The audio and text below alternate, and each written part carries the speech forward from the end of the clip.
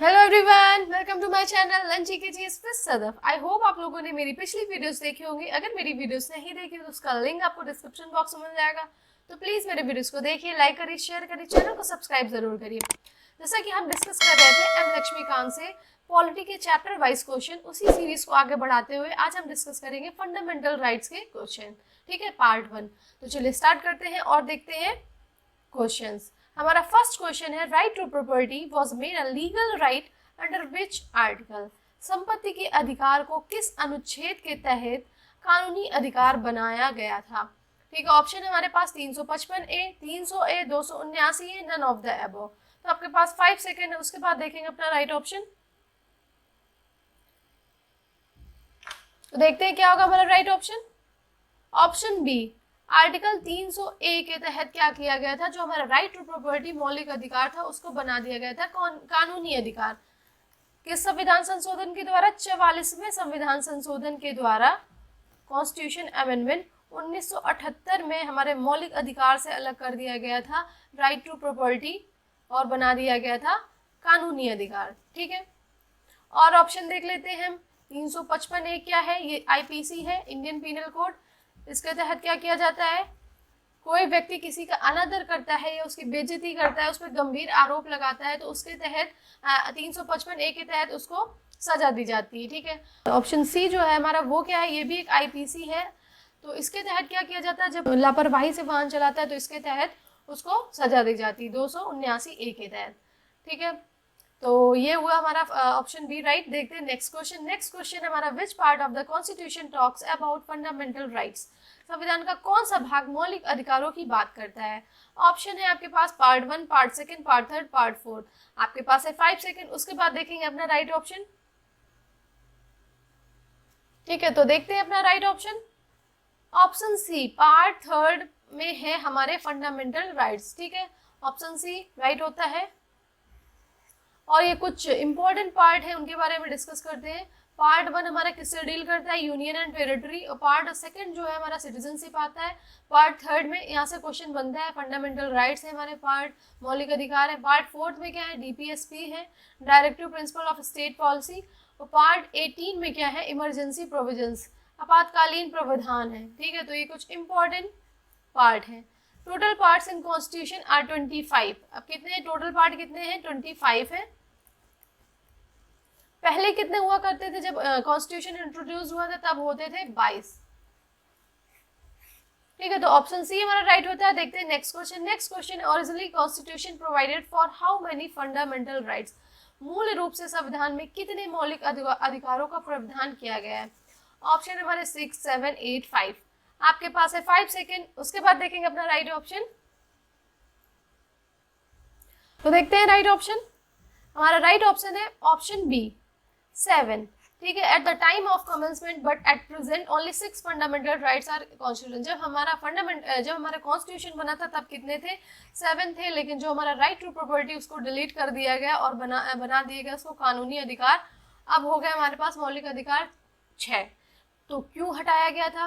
मतलब बाद में क्या हुआ था कि ये महसूस किया गया था, जो सरकार को विकास करने के लिए जो व्यक्ति की संपत्ति की जरूरत पड़ सकती है, जैसे कि कोई स्कूल बन रहा है, कॉलेज बन रहा है, सड़क निर्माण बन रहा है, तो ऐसे में जो हमारा फंडामेंटल राइट्स है, मौलिक अधिकार, उनका कोई शोषण नहीं कर सकता है। तो राइट टू प्रॉपर्टी के अंतर्गत अगर कोई हमारी संपत्ति लेना चाहे तो उसका क्या हुआ? शोषण हुआ ना। तो इस वजह से इसको हटाकर कानूनी अधिकार बना दिया गया। तो उसके बाद क्या हुआ कि अगर हमारी संपत्ति कोई लेगा तो उसका मुआवजा भी दिया जाएगा। ठीक है, तो ये था, इस वजह से डिलीट किया गया था। तो और देख लेते हैं, राइट टू इक्वलिटी, समानता का अधिकार हमारे कितने आर्टिकलों में से आता है? 14 से 18 के बीच। स्वतंत्रता का अधिकार आता है 19 से 22। राइट अगेंस्ट शोषण के विरुद्ध अधिकार हमारे आते हैं 23 से 24, सारे इंपॉर्टेंट है। धार्मिक स्वतंत्रता का अधिकार आता है 25 से 28। कल्चरल एंड एजुकेशनल राइट्स हमारे आते हैं 29 से 30 के बीच में। राइट टू प्रॉपर्टी जो आता था आर्टिकल 31 में, लेकिन इसको डिलीट कर दिया गया। राइट टू कॉन्स्टिट्यूशनल रेमेडीज बहुत ही इंपॉर्टेंट है, जिसको बोला जाता है संविधान की आत्मा। ठीक है, डॉक्टर भीमराव अंबेडकर ने बोला था इसको संविधान की आत्मा। Right to property was deleted from fundamental rights by 44th amendment act, 1978 में हटा दिया गया था। ठीक है, तो ऑप्शन हमारा बी राइट होता है। देखते हैं नेक्स्ट क्वेश्चन। नेक्स्ट क्वेश्चन हमारा features of fundamental rights is borrowed from which constitution, जो मौलिक अधिकारों की विशेषता किस संविधान से ली गई। ऑप्शन हमारे पास USA, Russia, South Africa, Australia. आपके पास है 5 सेकेंड, उसके बाद देखेंगे अपना राइट ऑप्शन। ठीक है, तो देखते हैं अपना राइट ऑप्शन। राइट ऑप्शन है हमारा ऑप्शन ए, यूएसए से लिया गया था हमारे fundamental rights. Framers derived inspiration from constitution of USA. ठीक है, क्या किया गया था, जो हमारे यूएसए से जो हमारे मौलिक अधिकार हैं वो डिराइव किए गए थे, वहां से इंस्पिरेशन ली गई थी। ठीक है, तो ऑप्शन हमारा ए राइट होता है। बाकी भी देखते हैं रसिया से क्या लिया गया था। रसिया से लिया गया था हमारे जो फंडामेंटल ड्यूटी है, मौलिक कर्तव्यों का प्रावधान लिया गया था। ठीक है, इंपॉर्टेंट होगा सारे, तो आप याद करते चलिए प्रावधान। ठीक है, साउथ अफ्रीका से क्या लिया गया था, साउथ अफ्रीका से संविधान, बहुत ही इंपॉर्टेंट जो कॉन्स्टिट्यूशन अमेंडमेंट किया जाता है, संविधान संशोधन किया जाता है, वो लिया गया था। ठीक है, संविधान संशोधन की प्रक्रिया ली गई थी साउथ अफ्रीका से। ऑस्ट्रेलिया से क्या लिया गया था, ऑस्ट्रेलिया से हमारा लिया गया था जो प्रियम्बल है उसकी भाषा ली गई थी, प्रस्तावना की भाषा।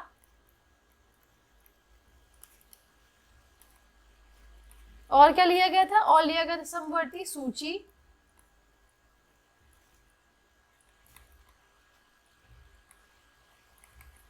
और संसद के विशेष अधिकार।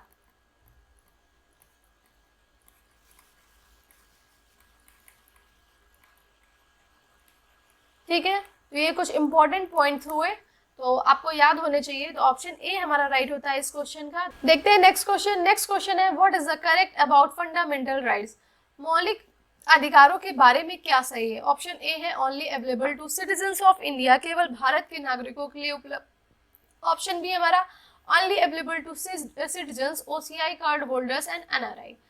Available to citizens and foreigners, both NRI and OCI card holders, and also to corporation.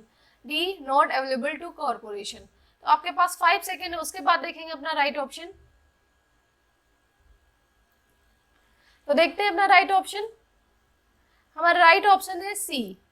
ठीक है, available to citizens and foreigners, both NRI and OCI card holders and also to corporation.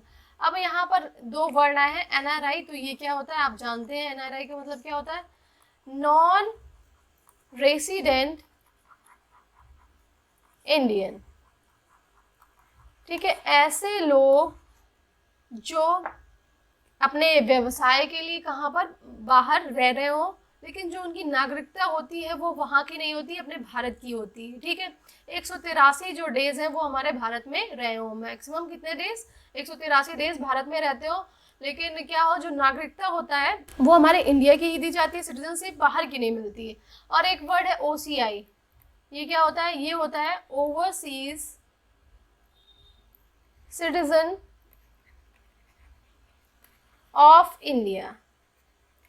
ये ऐसे लोग होते हैं जिनको ये OCI कार्ड जारी किया जाता है, जिनकी जो नागरिकता होती है बाहर विदेश की होती है, लेकिन क्या होते हैं हमारे इंडिया में उनके रूट्स होते हैं, मतलब ओरिजिन कहाँ का होता है, इंडिया का होते हैं। तो अगर जब कभी भी इंडिया आना चाहे तो उनके लिए वीज़ा की ज़रूरत नहीं होती, उनको एक OCI कार्ड जारी कर दिया जाता है, जिसके वजह से वो अपने इंडिया में आ जा सकते हैं। लेकिन उनके पास ये अधिकार नहीं होते कि वो वोट कर सके, किसी सरकारी जॉब में अप्लाई कर सके। लेकिन NRI हमारा जो होता है उसके पास ये अधिकार होते हैं कि वो वोट करेगा, और भी कई सारे अधिकार होते हैं। लेकिन जो ओवरसीज सिटीजन ऑफ इंडिया है इनके पास अधिकार नहीं होते ये, लेकिन भारत में आ सकते हैं और रह भी सकते हैं, जिसके लिए उनको वीज़ा की ज़रूरत नहीं है, तो ये कार्ड जारी किया जाता है। ठीक है, तो ऑप्शन सी हमारा राइट होता है।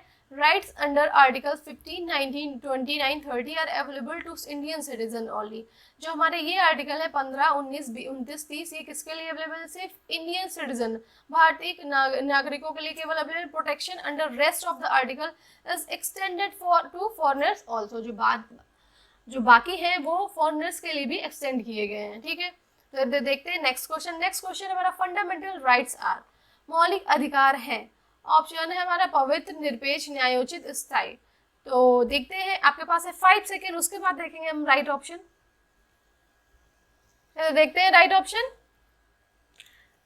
ऑप्शन सी हमारे जो फंडामेंटल राइट्स हैं आज जस्टिसेबल है, मतलब न्यायोचित है, कैसे, अगर कोई हमारे जो फंडामेंटल राइट्स है, मौलिक अधिकार है, उनका शोषण करता है तो हम सीधे जाकर सुप्रीम कोर्ट में जाकर उसका केस कर सकते हैं। They are justiciable and people can directly move to Supreme Court for their enforcement. They are not permanent because they can be suspended by emergency. और ये परमानेंट नहीं होते, ये जो आपातकाल के टाइम पे क्या होते हैं, ये सस्पेंड भी हो जाते हैं, ठीक है, लेकिन क्या है, न्यायोचित है। ऑप्शन सी हमारा राइट होता है। देखते हैं नेक्स्ट क्वेश्चन। नेक्स्ट क्वेश्चन है हमारा, character of fundamental rights is. अब मौलिक अधिकारों की विशेषता है क्या, पॉजिटिव, नेगेटिव, बोथ, डायरेक्टिव। आपके पास है 5 सेकेंड, उसके बाद देखेंगे अपना राइट ऑप्शन। तो देखते हैं राइट ऑप्शन। ऑप्शन है हमारा सी, बोथ। हमारे कैरेक्टर ऑफ फंडामेंटल राइट्स कैसे है, पॉजिटिव एंड नेगेटिव। क्यों? क्योंकि जो कुछ मौलिक अधिकार हैं वो पॉजिटिव का सेंस देते हैं और कुछ जो मौलिक अधिकार हैं वो नेगेटिव का सेंस देते हैं। जैसे कि आर्टिकल 15 ये क्या कहता है, किसी भी व्यक्ति पर जाति, धर्म, नस्ल, जन्म के लिए भेदभाव नहीं किया जाए, जन्म के नाम पर भेदभाव नहीं किया जाएगा, ठीक है, ये कहता है। तो ये क्या हो गया, पॉजिटिव सेंस हो गया, सबके लिए बात हो रही है। जो आर्टिकल 18 है वो क्या है, उपाधियों का अंत।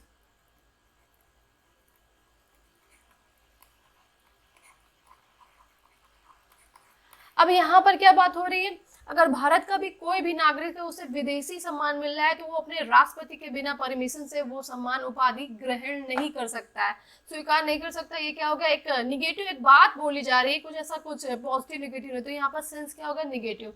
तो हमारे फंडामेंटल राइट्स कैसे हैं, पॉजिटिव एंड निगेटिव, ठीक है।